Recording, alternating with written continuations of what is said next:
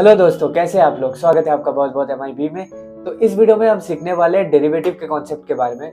हम ये जानने की कोशिश करेंगे कि क्यों डेरिवेटिव का कॉन्सेप्ट मैथमेटिक्स के अंदर एक इतना इंपॉर्टेंट कॉन्सेप्ट है और क्या है इस कॉन्सेप्ट के पीछे का मोटिवेशन, आखिर हमें इसका जरूरत ही क्यों पड़ा इन द फर्स्ट प्लेस।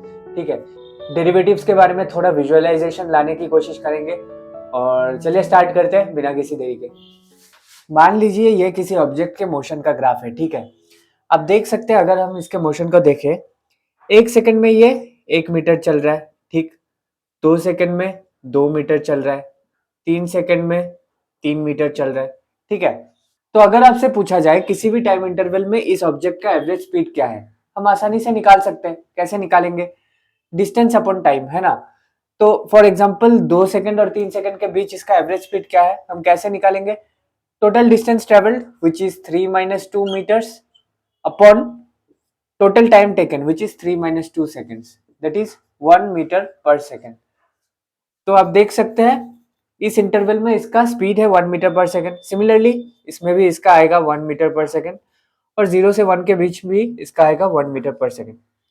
तो आप देख सकते हैं हर इंटरवल में इसका सेम ही स्पीड है। तो ये जो ऑब्जेक्ट है ना, ये कांस्टेंट स्पीड से चल रहा है। ठीक है, मतलब हर मोमेंट ऑफ टाइम पे इसका स्पीड एक ही है विच इज 1 मीटर पर सेकेंड। ठीक है, तो अगर आपसे पूछा जाए कि 1.5 सेकेंड्स पे t = 1.5 पे इसका स्पीड क्या है, हम आंख बंद करके कह सकते हैं कि इसका स्पीड है 1 मीटर पर सेकेंड। ठीक, अच्छा एक और बात आपको गौर करना है, ये जो लाइन है इस लाइन का स्लोप कितना है। स्लोप हम कैसे निकालते हैं? अगर हमारे पास दो पॉइंट्स है x1 y1 and x2 y2 जो कि इस लाइन के ऊपर लाई करते हैं, तो स्लोप कैसे निकालते हैं? m से हम डिनोट करते हैं y2 - y1 upon x2 - x1। ठीक, तो दो पॉइंट्स तो है हमारे पास। ये पॉइंट हम लेते हैं 3,3। ठीक है, और ये पॉइंट हम लेते हैं 2,2। तो इसका स्लोप कितना हो जाएगा? 3 - 2 अपॉन 3 - 2। ठीक है, विच इज इक्वल टू 1। तो आप देख सकते हैं इस लाइन का जो स्लोप है वो एकदम बराबर है किसके? जो कांस्टेंट स्पीड हमें मिला था उसके। तो स्लोप का कॉन्सेप्ट आपके दिमाग में बैठा के रखिए, इसका कॉन्सेप्ट बहुत यूज आने वाला है डेरिवेटिव को समझने में। ठीक है, आगे बढ़ते हैं। अच्छा, अब आप देखिए ये तो कांस्टेंट स्पीड से चल रहा है, तो ये स्ट्रेट लाइन हम बना रहे हैं, लेकिन हमेशा कांस्टेंट स्पीड से कोई ऑब्जेक्ट नहीं चलने वाला। ठीक है, उसमें एक्सेलरेशन होने वाला है, डिसेलरेशन होने वाला है, तब हमारे पास स्ट्रेट लाइन नहीं होगा, कर्व्ड लाइंस बनेंगे। तो कर्व्ड लाइंस के केस में हम कैसे क्या करेंगे उसको देखते हैं। ठीक है, तो मान लीजिए ये किसी ऑब्जेक्ट के मोशन का ग्राफ है। ठीक है, तो इसको थोड़ा देखते हैं। 1 सेकंड में ये 0.5 मीटर चल रहा है, 2 सेकंड में ये 1 मीटर चल रहा है, 3 सेकंड में ये 2.5 मीटर चल रहा है।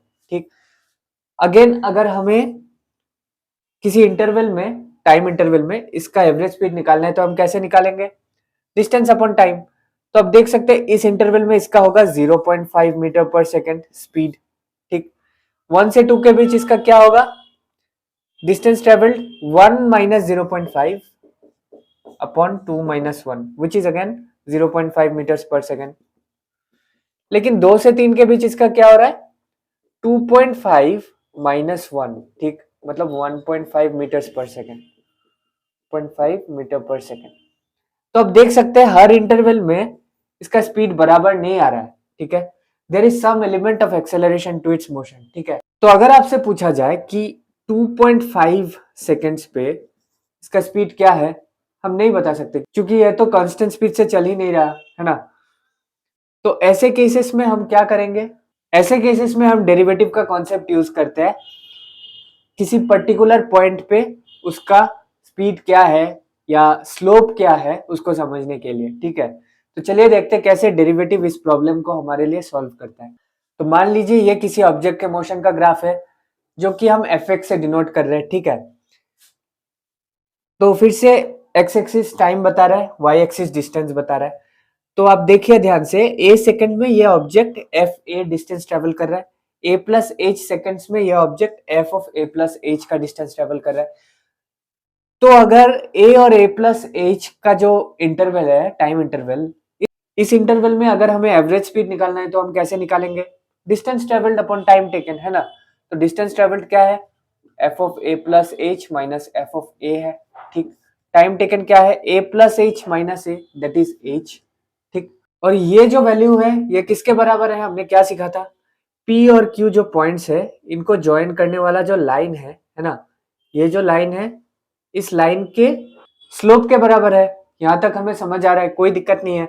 लेकिन हमें तो किसी इंटरवल में एवरेज स्पीड नहीं निकालना है, हमारा तो ऑब्जेक्टिव क्या था, ऑब्जेक्टिव को हम थोड़ा याद करते हैं, हमें किसी पर्टिकुलर पॉइंट पे स्पीड क्या है वो निकालना है ना। मतलब अगर हम निकालना चाहे कि P पॉइंट पे एग्जैक्टली क्या स्पीड हो रहा है वो हमें निकालना है, तो उसको हम कैसे निकालेंगे, हम एक टेक्निक यूज करेंगे, थोड़ा गौर कीजिएगा।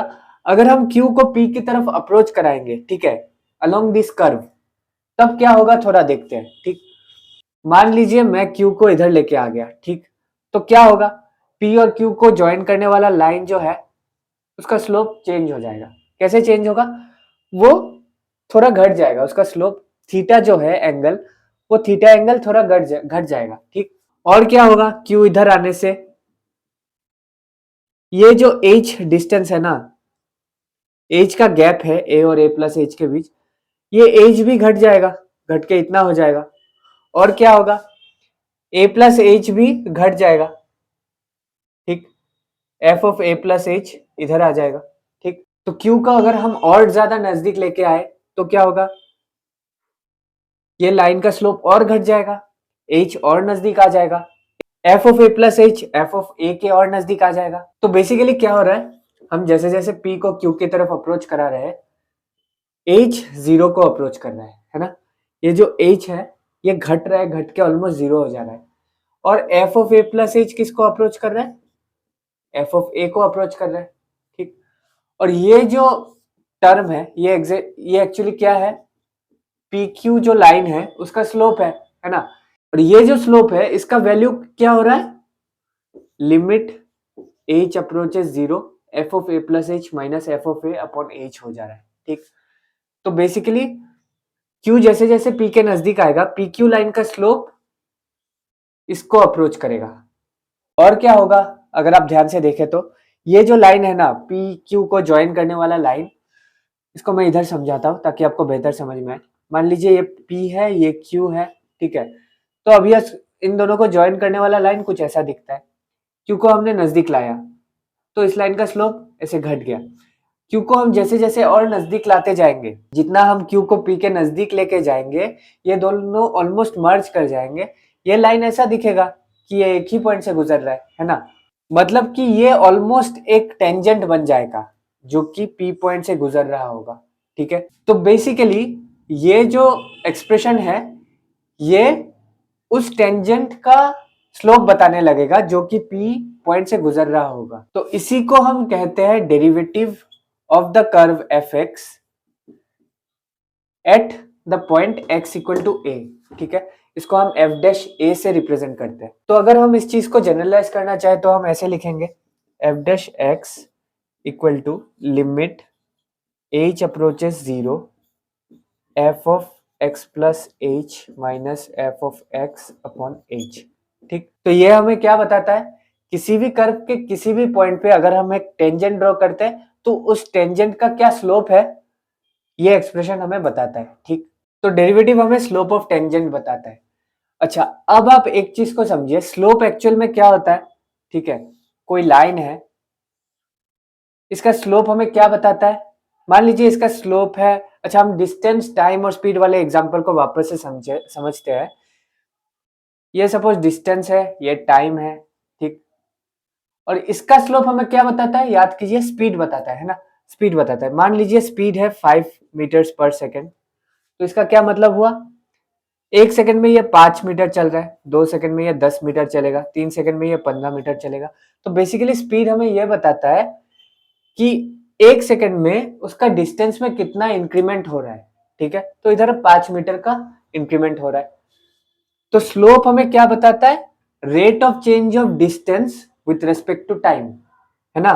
स्पीड हमें यही बताता है और स्पीड तो स्लोप है, तो स्लोप हमें क्या बताता है, rate of change of distance with respect to time. इसको जनरलाइज करते हैं, डी को हम वाई से रिप्लेस करते हैं, टी को हम एक्स से रिप्लेस करते हैं, तो स्लोप हमें क्या बताएगा, rate of change of y with respect to x, है ना।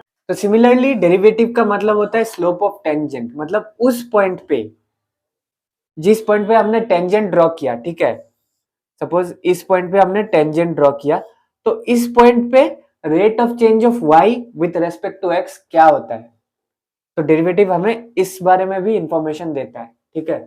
तो इसीलिए डेरिवेटिव को हम रेट ऑफ चेंज भी कहते हैं, रेट ऑफ चेंज, ठीक। तो इतनी सारी जो मैंने बातें करी अभी तक, तो उन सारे बातों को हम इस बॉक्स के अंदर फिट कर सकते हैं, इस एक्सप्रेशन के अंदर, ठीक है। तो इसीलिए मैं कहता हूं मैथमेटिक्स इज ब्यूटीफुल। आप इतने बड़े बड़े कॉन्सेप्ट्स को छोटे छोटे एक्सप्रेशंस में एक्सप्रेस कर सकते हैं। तो दोस्तों ये थी आज की वीडियो। अगर वीडियो अच्छा लगा तो लाइक कीजिए, अपने दोस्तों के साथ शेयर कीजिए। मिलते हैं आपके साथ अगले वीडियो में, तब तक के लिए अपना ख्याल रखिए। Bye bye.